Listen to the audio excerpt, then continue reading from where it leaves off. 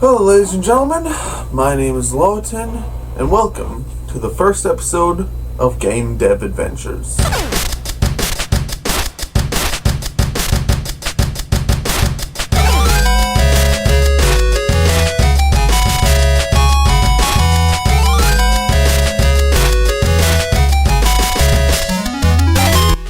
For those who don't know what Game Dev Adventures is, basically it's going to be a game developer vlogging series where I document my journey on developing the game Traveler's Inning, which is currently a working title, so I don't know if I'm going to have it be the final name, if it's going to be changed or not, so...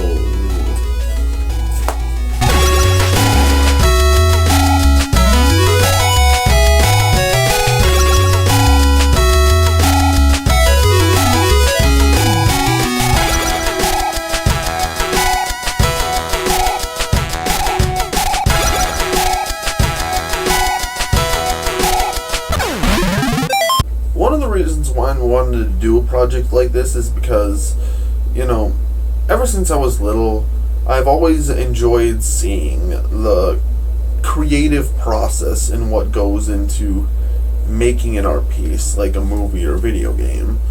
An example I can think of is looking at the special features of Spider-Man 1 or 2. I was... it's so weird because most kids probably wouldn't find that interesting, but I found that incredibly interesting. I loved watching those behind-the-scenes features, special features, discs, because it was just so fascinating to see what was going on in the creator's brain while making that project. So I thought, why not do the same with this project? So this is basically the majority of the series you're gonna get. This is my computer setup as of right now, as of August 9th, 2025. This is my setup. I do occasionally rearrange my room and change it up, but as of right now, this is my setup, and I don't feel like changing it anytime soon. So right here on the right, we have Blender. This is the latest version of Blender, which I do not use. I actually use version 2.76, which is an old version, but that's the version I've been grown accustomed to because I think the new version of Blender is too different for me to just feel comfortable relearning. But the reason why I'm having this is because I had to import the model in here to get the animation, because this is not the blend file. This is actually an FBX file imported into a blend. Am I nervous? Yeah, absolutely. Because, before this, while this isn't the first game I've ever developed, it is the first one that I'm actually taking seriously and trying to make my magnum opus, so to speak. Because before this, I was making just small games, little fan games, and nothing based off of an original IP.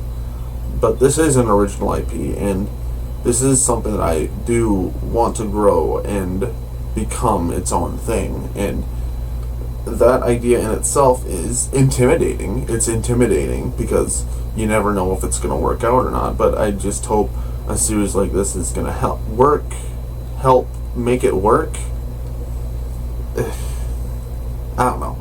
These segments are not scripted, so whatever. I'm going to take a drink of Mountain Dew. Not sponsored, by the way.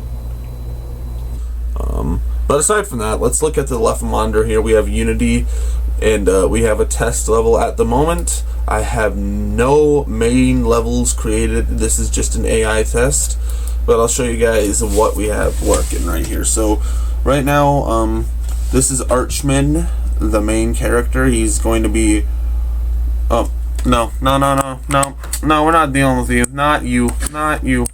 No, I'm trying to show something off. Leave me alone. Alright, let's try that again, except not actually get attacked this time. Alright, so basically this is Archman. This is the main character of the game. I modeled him myself with a little help from someone else for the head.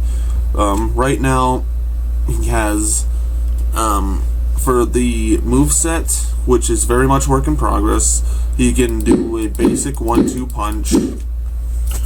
I should probably turn that down.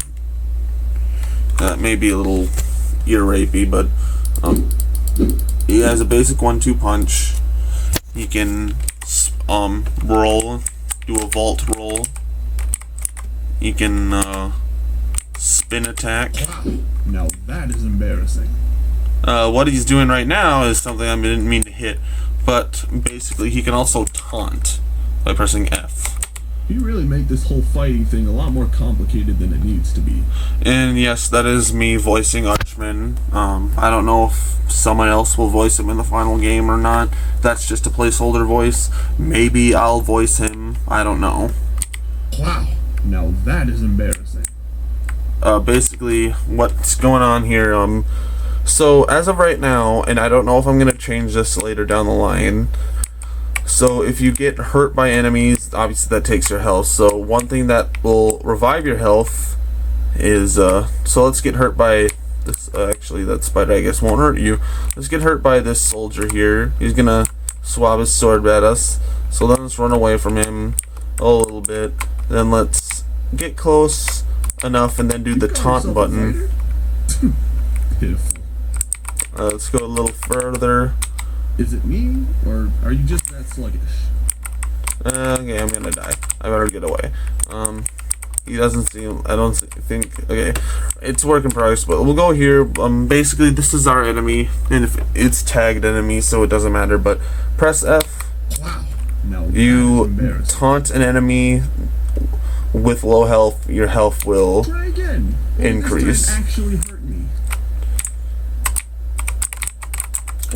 I don't know if that's actually how it's going to work in the final game, but, you know, everything is work in progress, so, yeah. The enemy AI system that I have right now is very dynamic. As it exists currently, I have a variety of variables that I can control and adjust so accordingly to make my preferred enemy type. If I want an enemy that's aggressive but slow, I can adjust so accordingly. If I want an enemy that's fast but strong, I can adjust the variables accordingly. If I want him to be stationary or mobile, just a variable switch in the variables. So it's all a matter of just adjusting so accordingly within the Unity editor. And right now it's very buggy. It's not complete or fresh at all. There's still a lot of kinks to work out, but right now it's very good for prototyping. So yeah. Also, did I mention that this is a third-person shooter? Yeah. So this game is a third-person shooter. You can use guns, and there is gunplay in this game. It's not very finished yet. It's very early, but it works as of right now. If you go up to the enemies, you can fight them. I don't know why he isn't chasing me, but now he is. And he just killed me, so that's nice. But yeah, that's basically a rundown of, that's basically what the gunplay is. For those who are wondering why the guns look so generic and why it looks really janky right now, is because this is actually a first-person shooter asset pack that I got from the Unity asset store years ago. Specifically designed for Unity 5, because that's the engine I'm making this in, and it's specifically designed for first-person shooters. So I took it and I beat the hell out of it and turned it into a third-person shooter platformer game. And whether or not that yields good results is yet to be seen, but you know, you never know. Also, these models, this spider model, I did not make. This goblin, this samurai goblin, I also did not make. But this trooper with the gun and the sword, trooper with the sword, I did make. So that's something to know. This bastard likes to follow me everywhere, so that's nice. And I fell off the platform. Will he chase me? I don't know, because I can't reach the camera that high. Glorious. So the major inspirations for the Traveler's Inning are Jak 2 by Naughty Dog, and Shadow the Hedgehog by Sonic Team. I am not affiliated with these games at all. I just played them as a kid, and I still play them to this day because they're classics in my opinion. Even though Shadow the Hedgehog is generally seen as a very bad game by the overall public, it's one of my favorites because I just like the dark and edgy tone that it went for. I like the multiple stories aspect. I already made an entire review about that game, so if you want to watch that, go ahead. Link in the description or comment. I don't freaking know. I would put an annotation, but YouTube doesn't do that anymore.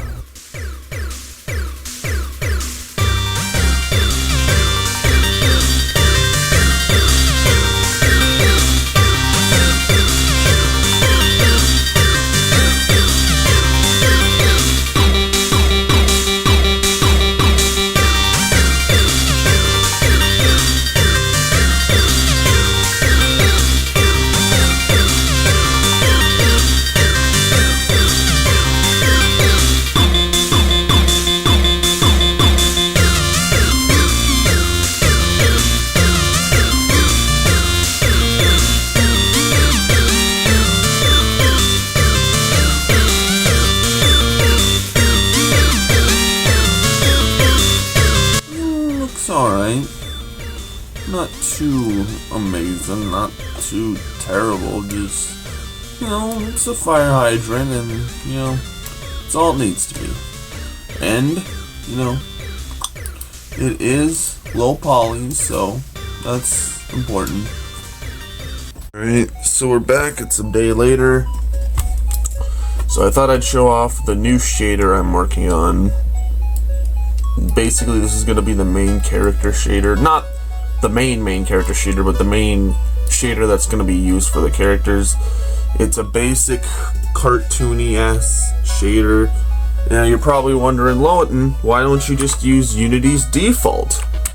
Because Unity's default shader is crap. Let's look at the jacket here. Let's just scroll down to jacket. Wherever it is, we'll just do the jacket right here. Hero jacket, custom toon shader. Looks fine right there. Let's use the default toon shader, basic outline. You lose, it's hard to tell over the screen, but you lose all the details. There's no shading, there's no nothing. All it is a flat color with a black outline. Now, add the toon shader with the improved outline. Yes, you do get the toon shading, but you also get the shadows and whatnot, so it looks cleaner. It doesn't look that good at the moment because I just kind of finished it. I'm still gonna mess around, see what looks good, what doesn't, and do all that fun jazz. Also haven't added it to the enemies yet, so there's that. So yeah. Alright, we are back. It's been a couple hours later. I decided to add some new stuff to the engine. So for one, the fire hydrant is finally in the engine. I say finally as if it was taking so long to do so. It didn't. But yeah, I messed around with the shaders, put them on the enemies, and I think I'm at a point where it looks okay for now. I still might change it. So one thing that I added today was, I still need to fix that roll in the air. Make it so you don't roll in the air. Or I might keep it like a little homing attack, homing dash, jump dash, sort of. So I might change it. I don't know. But this is the spin attack, and basically, like Jak and Daxter, you can use the spin attack and it depletes your gravity a little bit, so it'll make platforming a little more creative. Now the problem here is that for some reason, oh shoot, it also acts as a triple jump. Alright, okay, first of all, okay, never mind. As I was saying, basically, the problem is it basically acts like a triple jump, because if you jump right in the middle, while in the air, it makes you jump higher, like really high. Sort of like kind of reminds me of the high jump, the spinning high jump in Crash Bandicoot. But yeah, another thing I also decided to add, just a small detail, sound effects to when you punch the enemy. If I can punch the enemy well. Yeah, I died while punching the enemies, so yeah, that's because I'm doing this one-handed. Alright, since I'm done with today's work session, I'm actually going to do something very smart, something that if you are an indie game developer yourself, something that I very much recommend you do, is back up my files to an external hard drive. The reason why I'm doing this is because, you know, I always like to have a backup plan, a contingency plan of sorts, because you never know, like if my computer breaks, or maybe I have a house fire, or something happens where my computer just I don't have a computer anymore, at least I'll have it backed up on an external hard drive, and which is very, very important to do, because not only have I, but I've seen several other game developers lose their projects, lose the entire project because they didn't have a backup. So, quick little tip from Loweton, back up your files, always.